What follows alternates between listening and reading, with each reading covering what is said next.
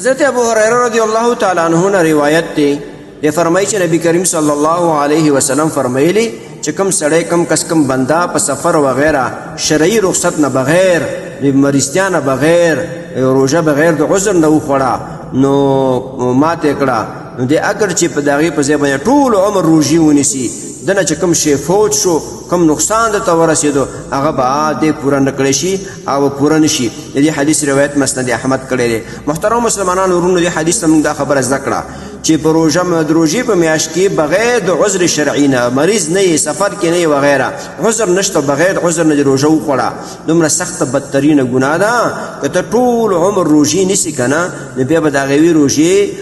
جبیره ونه کړي داغه نقصان به پوره نه کی. اگر چې د روزي یو روزه د قصدن عمدن بغیر عذر وخوړه بیا به شپې روزي نوري نسی کفاره پله پسې به نسی یو به قزاره نسی او شپې به نوري کفاره او روزي چې شپې نسی به پله پسې وي منځ کې به وقفه نه وي دا خو به کوي خو بیا به ورسره دغه نقصان چې کوم تاو کړ ثواب په اعتبار سره چې د روزي یو میاشت خوړه ته بیا ټول عمر روزي ونیسي تا ته به دغه ثواب په لاس بهدر نشي کوم نقصان چې تا دی وی روزي د خوړلو د وجنه تا ته میلاو شو او درغه کوم نقصان د دې وجنه محترم مسلمانانو ورونو د روزي د فضایل سره سره دا مسلم زده کوي چې روزه خوړل سخت بدترینه ګناه ده سخت بدترینه ګناه ده ځکه فرض عین دی او ته روزه خوري دومره سخت ګناه ده چې بیا به ته کفاره شپې روزي نیسي پله پسې به نیسي یو به قضا راګرځي یو شپېته او شپېته روژې به نورې نیسي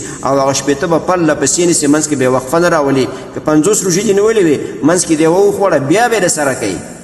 دومره سخته ګناه ده. د دې وجې نه خیال کوئ چې روژه کې روژې ونه خورئ او ځان د ګناهونو نه بچ کوئ او د روژه خورۍ نه ځان وساتئ. محترمو مسلمانانو ورونو تاسو ته چې کوم روزانه د حدیث د مفهوم راځي نو د مهربانۍ او د ثواب له مخې نور مسلمانانو ته لیږدوئ او شیر کوئ.